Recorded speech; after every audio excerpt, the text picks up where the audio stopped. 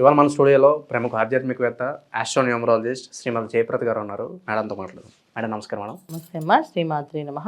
మనం ఫిబ్రవరి మాసంలో తులారాశి వారికి ఎలాంటి ఫలితాలు ఉండబోతున్నాయి, ఎలాంటి రెమెడీస్ చేసుకుంటే బాగుంటుంది అంటారు? తప్పకుండా అమ్మా. తులారాశి వాళ్ళకి చాలా బాగుంది ఈ మాసం. ఎందుకంటే తులారాశి ఎన్నో రోజుల నుంచి వీళ్ళు కష్టాలు పడుతూనే ఉన్నారు.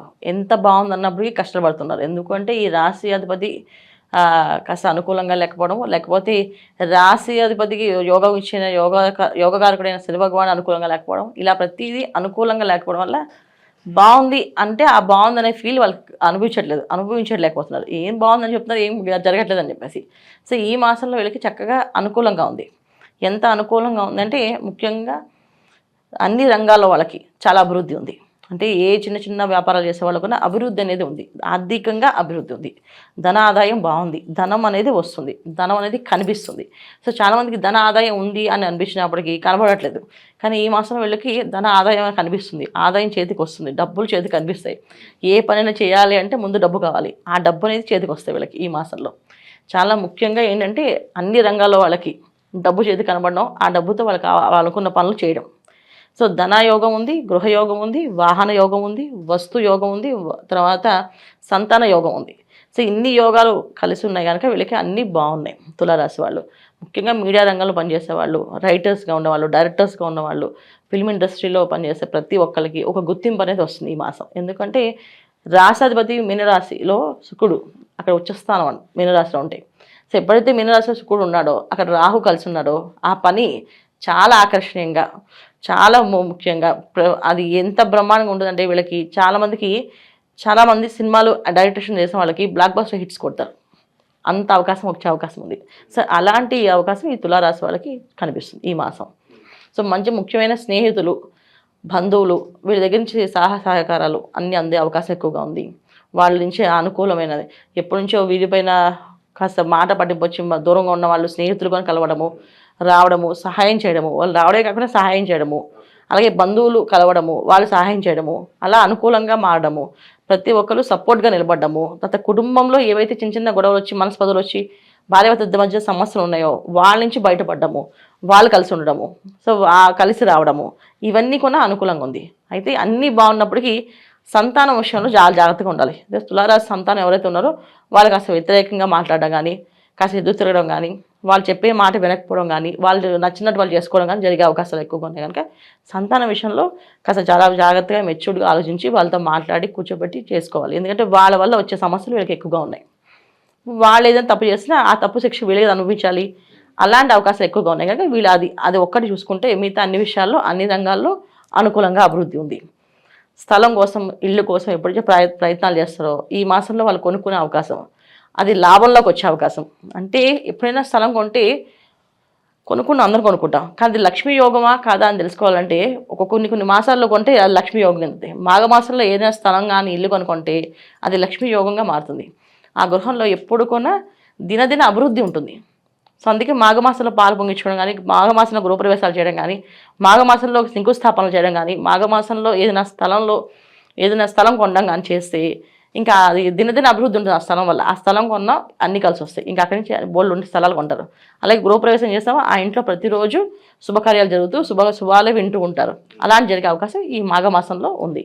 సో తులారాశి వాళ్ళకి ఈ మాఘమాసంలో ఇలాంటి యోగాలు ఉన్నాయి కనుక చక్కగా వినియోగించుకుంటూ దాన్ని ముందుకు వెళ్తుంటే బ్రహ్మాండంగా సాగుతుంది వీళ్ళకి. నిరుద్యోగస్తులకు అలాగే పెళ్లి కాని వారికి వీళ్ళకి ఏమన్నా మంచి శుభార్తలు ఉండబోతున్నాయి అంటారు? శుభకార్యాలు పాల్గొనే అవకాశం, శుభకార్యాలు చేసుకునే అవకాశం ఉంది కనుక వివాహాలు అనేది చాలా చక్కగా అవుతాయి. సో వివాహం అనేది తులారాశిలో చాలామందికి వివాహం అవని వాళ్ళు ఎప్పటి నుంచో ఉన్న వాళ్ళకు కూడా వివాహం అవుతుంది, అమ్మాయిలకైనా అబ్బాయిలకైనా. అయితే ఈ మాసంలో వివాహం చేసుకుంటే కూడా అది జన్మజన్మ బంధంగా మారుతుంది. సో అంత అవకాశం కూడా ఉంది.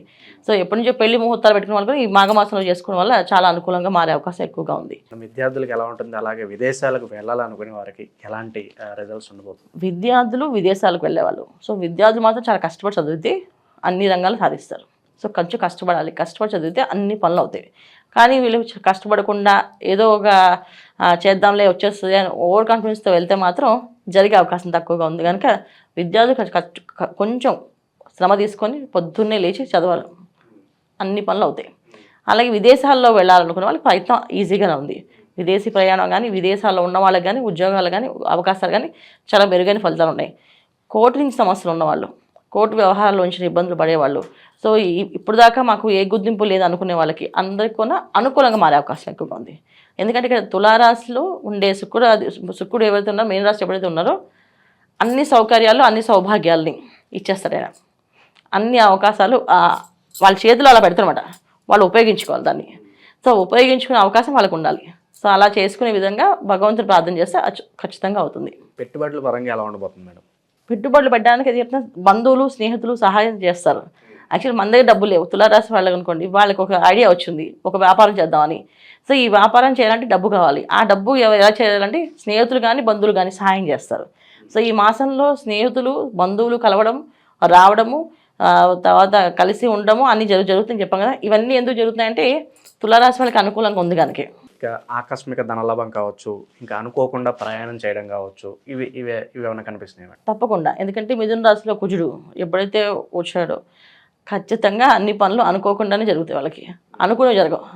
ఒక ఇంటికి ఎప్పటి నుంచో మాట్లాడిన అతను ఇంటికి రావడం తలుపుకోవడం అనేది ఆశ్చర్యపోతారు అనమాట. అంటే ఎందుకు వచ్చి కట్టుకోవడారంటే స్నేహం కలుపుకోవడానికి, అలాగే బంధుత్వం కలుపుకోవడానికి అలా రావడం ఆకస్మికంగా జరిగే అవకాశాలు ఇవన్నీ.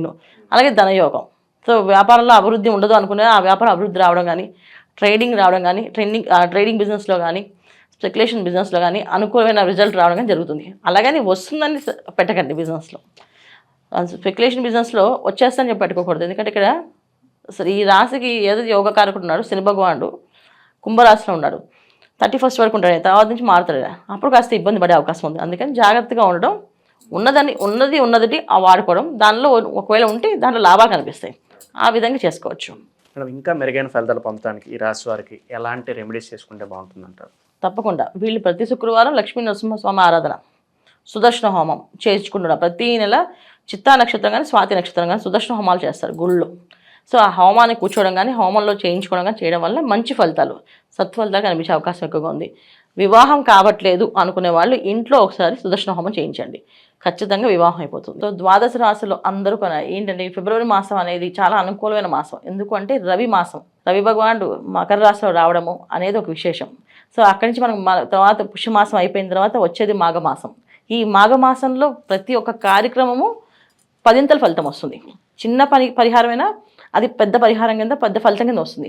ఒక చిన్న దీపదానం చేస్తాము, ఆ దానం అనేది 10ంతలుగా మనకు లాభం అవుతుంది. అంటే ఇంట్లో చీకటి అనేది ఉండదు. దీపదానం అంటే ఏంటి? దీపాలు దానం చేస్తే దీపం వస్తున్నారు కాదు, మన ఇంట్లో ఏ రోజు చీకటి కోణం అనేది ఉండదు, చీకటిగా ఉండరు. అంటే చీకటి కోణము అంటే ఏంటంటే చెడు పనులు చేయడం కానీ, చెడు వ్యవహారాలకు వెళ్ళడం కానీ, వ్యసనాలకి బలివ్వడం కానీ జరగదు అని అర్థం. సో దీపదానం.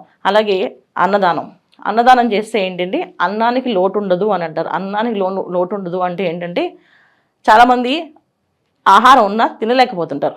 సో ఎందుకు తినలేకపోతుంటే వాళ్ళకి రకమైన సమస్యలు, అజీర్తి సమస్యలు, ఏదో రోగ సమస్యలు, ఏదో ఒకటి టైంకి అన్నం తినలేకపోవడం, టైంకి వేళకి తినలేకపోవడం అది జరుగుతుంటుంది.